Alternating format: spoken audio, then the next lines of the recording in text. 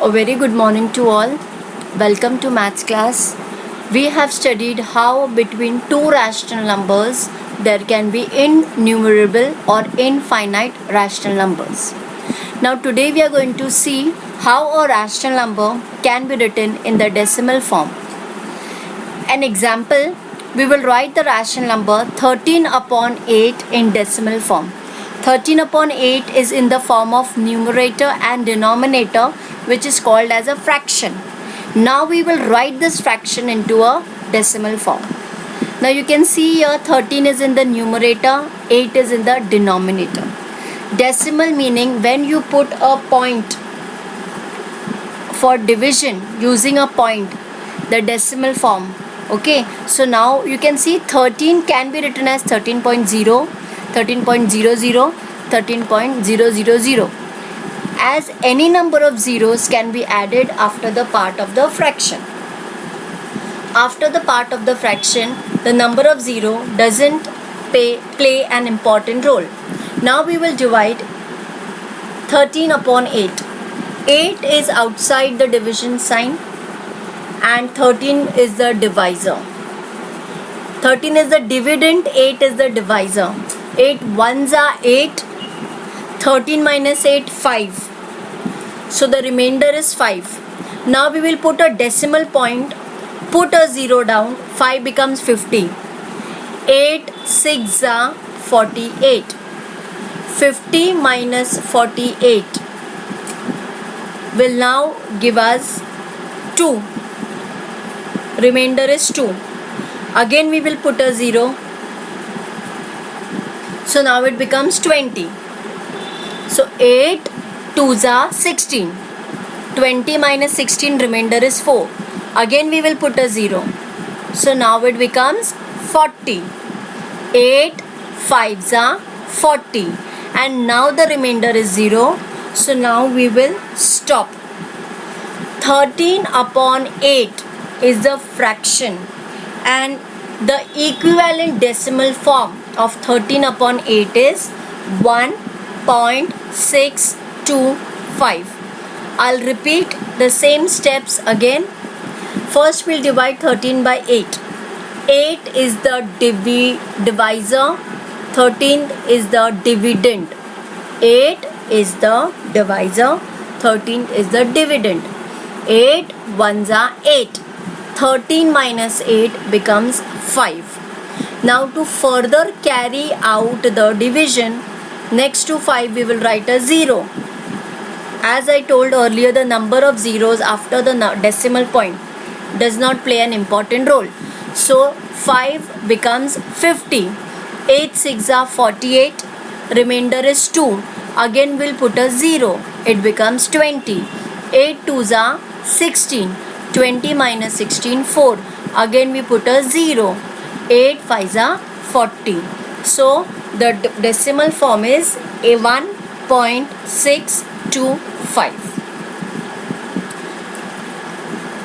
One more example we will see so that this decimal form drills into your mind. 11 upon 3 is the fraction. Now we will write the rational number. We will write the rational number in the decimal form. Now 11.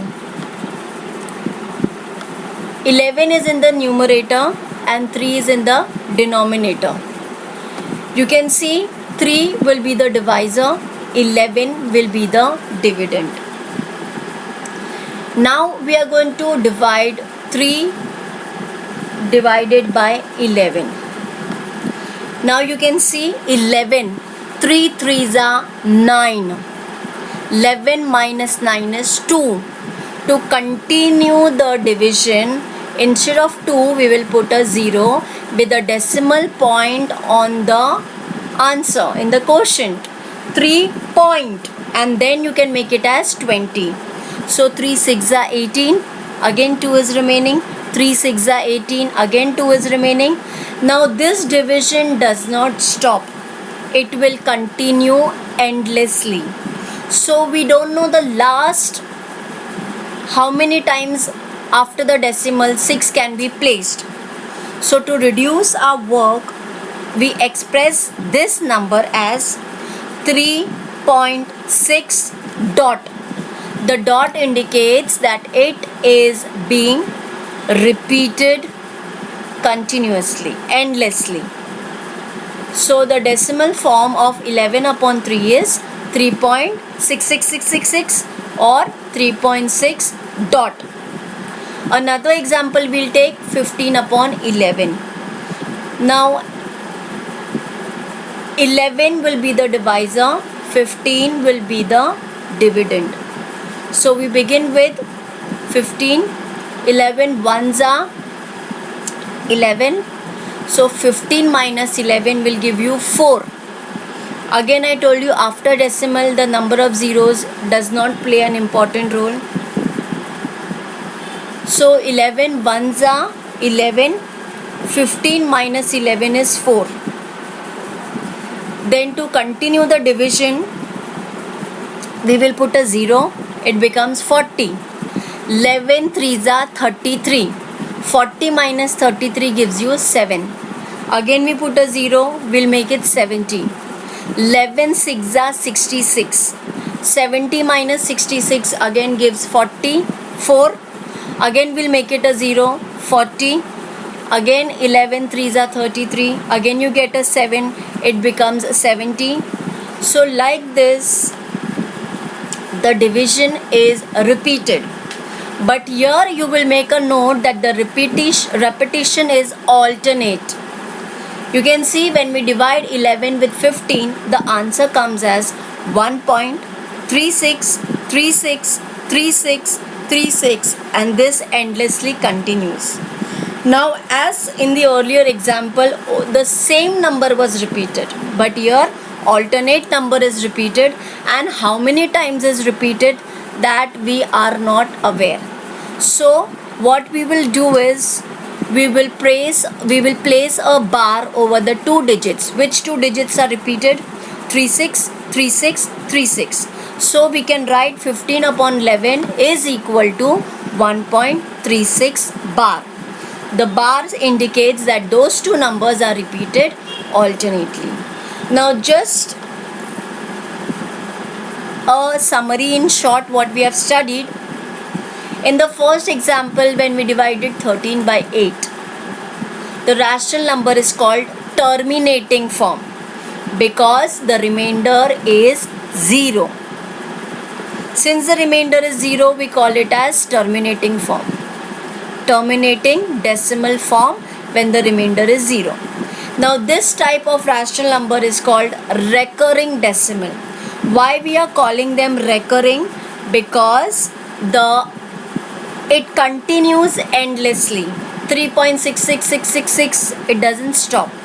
Your 1.363636, it doesn't stop.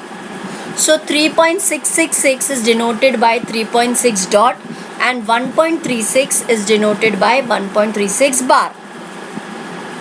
So these are the recurring form of decimal. We have it as terminating decimal form and recurring decimal form. I hope I am clear with this. Now we have seen how rational numbers can be divided into decimal form. Now since we are studying about operation on rational numbers,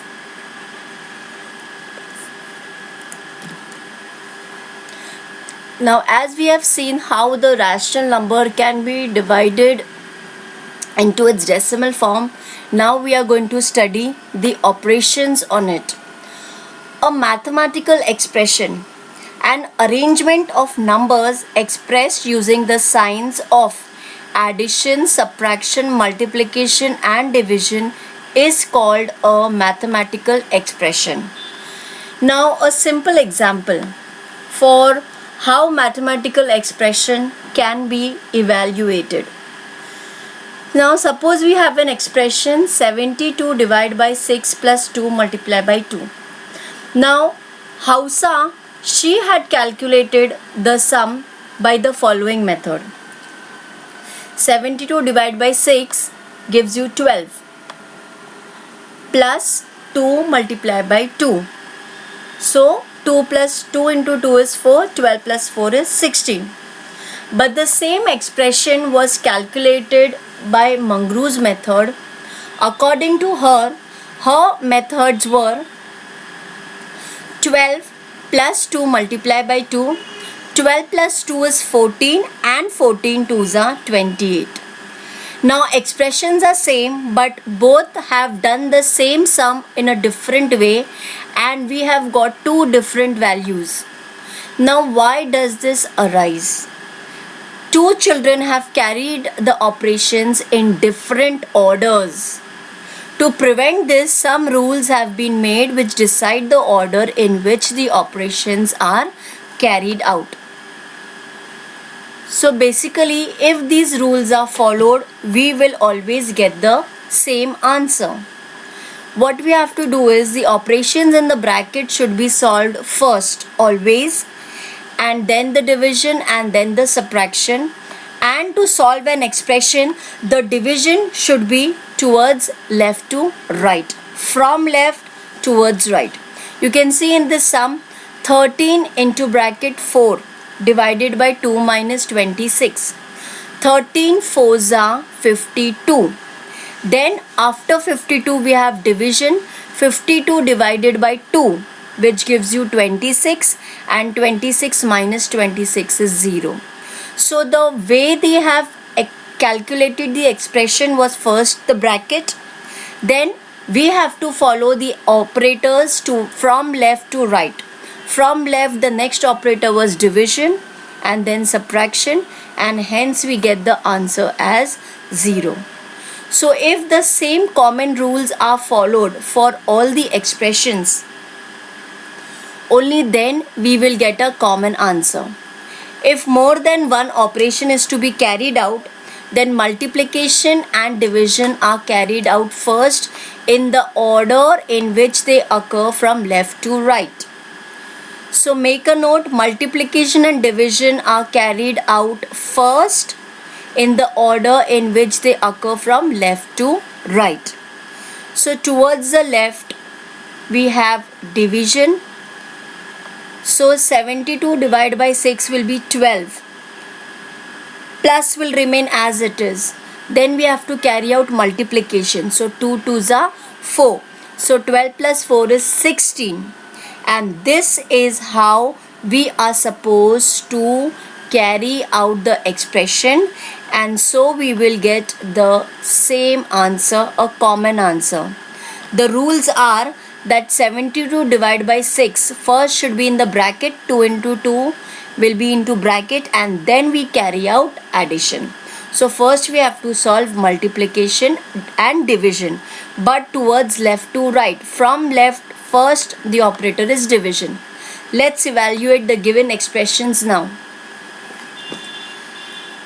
50 multiplied by 5 divided by 2 plus 24. Now what we have to do is we have to go from left to right. 50 into 5 250 divided by 2 plus 24. Now after multiplication, division. 250 divided by 2 is 125. 125 plus 24, 149. So since we are following the common rules, again we will apply the same rule to the next sum. 13 into 4 divided by 2 minus 26. First we will solve the bracket. 13 into 4 is 52. Divided by 2 minus 26. After opening the bracket we are getting 52. 52 divided by 2, we carry out division, and then 26. 26 minus 26 gives you a 0. So we have to follow the order left to right. Now here you can see 140 divided by square bracket, then internal brackets minus 11 into minus 3 minus 42 divided by 14 minus 1. Complete the square bracket.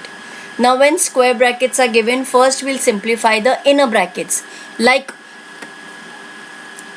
11 minus 11 minus 3. So minus 11 minus 3 will become 33 plus 33 minus 42 divided by 14. So minus 42 divided by 14 will become minus 3. So now 33 minus minus 3 will become 33 plus 3. First we'll solve the square bracket now. 140 remains as it is. Division sign remains as it is. 33 plus 3 minus 1. 33 plus 3 will be 36. 36 minus 1 is 35. And 35 divided by 140 is equal to 4. So you have to first solve the internal bracket, then the square bracket. Again here, pay attention now how to do it. The curly brackets and then internal brackets are 220 minus 140. So first we will solve 220 minus 140, which will give you 80. Then we'll solve the internal brackets. 10 nines are 90. Minus 2 into 5 is minus 10. Again a bracket with the curly bracket, minus 100. Now keep 80 as it is. 90 plus minus 10 can be written as 90 minus 10. 90 minus 10 becomes 80. So 80 plus 80 will become 160. Minus 100 is going to come down as it is. And 160 minus 100 is equal to 60. Now for these sums also, now this is a simplification of the fractions. First what we will do is 3 upon 5 plus 3 upon 8. 3 upon 5 plus 3 upon 8 divided by 6 upon 4. Now division will be carried out first. Now division cannot be solved. So division will now be made into multiplication. 6 upon 4 will become 4 upon 6. So 3 upon 5 plus 3 upon 8 into 4 upon 6. When we cancel 4 1s are 4, 2s are 8, 3 1s are 3, 2s are 6, and we get 1 upon 4. So 3 upon 5 plus 1 upon 4, we will make the denominators same. So 3 plus 4 plus 1 into 5, 5 into 4. Then you can see 12 plus 5 upon 20, 17 upon 20. So just understand, brackets may be used more than once to clearly specify the order of the operations. Different kinds of brackets such as round brackets, square brackets, curly brackets may be used for this purpose, as you could have seen in this sum. So when solving the brackets, solve the innermost bracket first, follow it by solving the bracket outside in turn. I hope you have understood the concept. Thank you.